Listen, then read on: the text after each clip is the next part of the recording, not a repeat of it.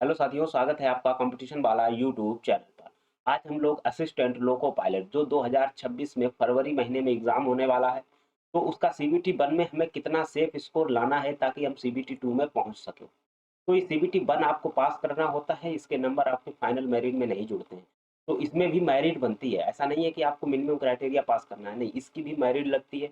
तो हमें कितना अटेम्प्ट करके आना चाहिए ताकि हम सेफ हो सकें कि हाँ, हम सीबीटी 2 की तैयारी शुरू कर सकें अपने ही जिस दिन हमने एग्जाम दिया है उसी दिन से।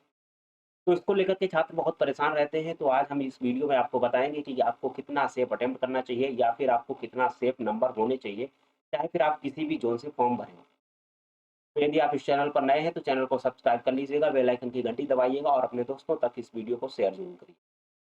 तो इसमें आपके कुछ नए स्टूडेंट भी परीक्षा देंगे और कुछ पुराने स्टूडेंट जो 2024 की एग्जाम में एलपी के एग्जाम में कहीं ना कहीं किसी भी स्टेप से वो बाहर हुए थे, तो वो लोग भी इसमें एग्जाम। तो दोनों लोग इस बात को समझ के चलिएगा कि आपको कितना स्कोर लाना है। ठीक है, चलिए स्टार्ट करते हैं। तो आपको मैंने देखिए कुछ जोन, ये जो जोन मैंने बनाए हुए हैं, हाई कंपटीशन और लो कंपटीशन का या फिर लो वैकेंसीज का, तो इसमें मैंने वैकेंसीज के आधार पर बनाया हुआ है। जैसे जोन, अगर हम रेलवे जोन की बात करें और वैकेंसीज की बात करें तो ये डेंजर जोन में आ जाएंगे। ये वाले आपके डेंजर जोन है, कौन कौन से? गुवाहाटी, पटना, जम्मू, श्रीनगर और मुजफ्फरपुर।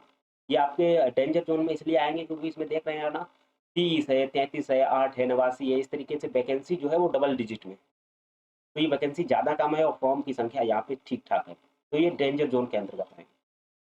आगे आपका देखिए मीडियम जोन है कुछ। मीडियम जोन जिसमें मॉडरेट कंपटीशन है, यहाँ पे देखिए इलाहाबाद है, उसके बाद अजमेर है, चंडीगढ़ है, चेन्नई है, उसके बाद तिरुवनंतपुरम है, सिलीगुड़ी है और उसके बाद गोरखपुर है।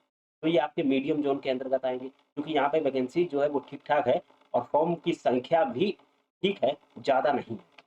अब आते हैं सेफ जोन, जो लो कंपटीशन निर्धारित करेंगे यहाँ पे।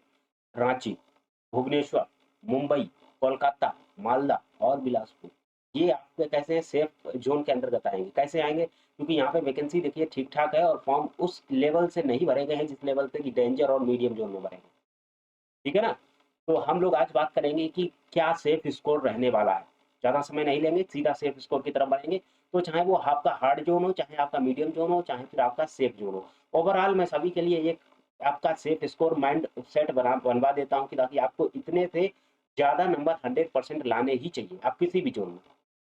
ऐसे अभी से ये बताना कि आप हार्ड जोन में हैं तो इतने नंबर ले आइए, मीडियम जोन में है तो इतने ले आइए, सेफ में है तो इतना, ऐसा नहीं हो सकता। क्यों? क्योंकि अभी ना तो ये एग्ज़ाम का पैटर्न पता हुआ है, ना ही ये पता हुआ है कि कितने कैंडिडेट एग्ज़ाम दिए हैं। ठीक है?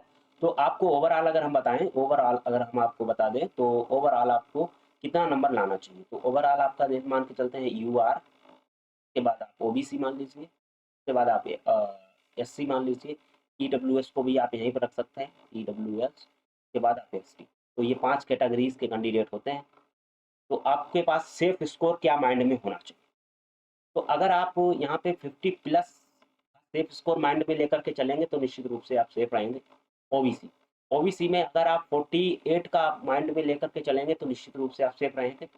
वहीं अगर आप एससी की बात करें तो 40, मैं कहूँगा 46, हाँ 46 इसमें आपको सेफ स्कोर मान के चलना चाहिए, या फिर आप इसमें अप्रोक्सीमेटली 44 भी कर सकते हैं। ये 44 भी कर सकते हैं, कोई दिक्कत नहीं है।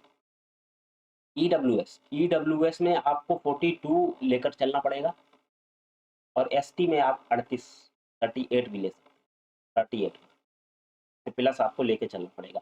ये मैं आउट ऑफ कितने बता रहा हूँ? 75 बता रहा हूँ, 75 में से। ध्यान रखना, ये मैं 100 में से नहीं बता रहा हूँ, 75 में से ये बता रहा हूँ। 75 में से अगर आप यूआर कैंडिडेट हैं और किसी भी जोन से अगर आपने फॉर्म भरा है तो 50 से प्लस आपके नंबर होने चाहिए, काट पीट के, ध्यान रखना। अटेम्प्ट नहीं बता रहा हूँ, अटेम्प्ट नहीं बता रहा हूँ, आपको इतने नंबर बनने चाहिए। वहीं ओबीसी अगर आप 48 से प्लस आपके बन रहे हैं या फिर आपके आ रहे हैं मॉक में और नहीं आ रहे हैं तो आप प्रैक्टिस करते रहिए और आ जाएंगे। ठीक है? एससी के अगर आप 46 या फिर 44 भी एससी के कैंडिडेट के लिए ठीक है मुझे लग रहा है। और ईडब्ल्यूएस के 42 एससी से कम ही जाती है सीबीटी 1 में ईडब्ल्यूएस की, आपने ऐसा देखा होगा, अगर नहीं देखा है तो पिछली रिकॉर्ड उठाकर देख लीजिएगा। तो अब एसटी की बात करते हैं तो एसटी की 38 आपकी सफिशियंट है। 38 अगर आप मार्क ले आते हैं और किसी भी जोन में है तो आप निश्चित रूप से सीबीटी 2 के लिए क्वालिफाई करेंगे। ठीक है? तो आपका ये सेफ स्कोर दिमाग में होना चाहिए और अगर हम बात करें कि आप डेंजर और सेफ जोन की बात करेंगे तो 2 से 3 नंबर, 3 नंबर आप मान के चलिए, प्लस माइनस आप 3 नंबर कर लीजिएगा। अगर आप थोड़ा ज़्यादा डेंजर जोन में है तो आप 3 नंबर ज़्यादा लेकर के चल सकते हैं, और अगर आप सेफ जोन में हैं तो 3 नंबर आप कम भी लेकर चल सकते हैं, ठीक है ना? वो अपने हिसाब से आप एडजस्ट कर लीजिए। हमने बताया आपको कि एएलपी के लिए सेफ स्कोर क्या रहने वाला है, या फिर आपको क्या कितना अटेम्प्ट करना चाहिए। तो ऐसे ही टॉपिक पे हमारी वीडियोज़ आती रहती हैं, तो इस चैनल को अगर आपने अभी तक सब्सक्राइब नहीं किया है तो कर लीजिएगा, और अपने दोस्तों तक शेयर ज़रूर करिएगा। साइंस में इसी चैनल पर करवा रहा हूँ, और पॉलिटी की क्लासेस आपको रेगुलर मिल ही रही हैं। तो मिलते हैं फिर किसी ऐसे ही लेक्चर में, तब तक के लिए बने रहिए कॉम्पिटिशन वाला YouTube channel. Thank you very much.